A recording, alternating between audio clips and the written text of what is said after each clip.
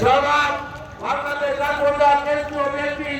অন্যতম সম্মানিত vice chairman প্রাক্তন কেন্দ্রীয় যুবদল সদস্য প্রাক্তন মাননীয় এমপি মন্ত্রী জনাব ফজলুল আবদুল্লাহ আজকের এই সভা সদস্য প্রধান অতিথি আমরা কোরবানির মাধ্যমে স্বাগত জানাই। আজকের এই সভার সম্মানিত প্রধান অতিথি বাংলাদেশ জাতীয়তাবাদী দল কেন্দ্রীয় নির্বাহী কমিটি সম্মানিত ভাইস চেয়ারম্যান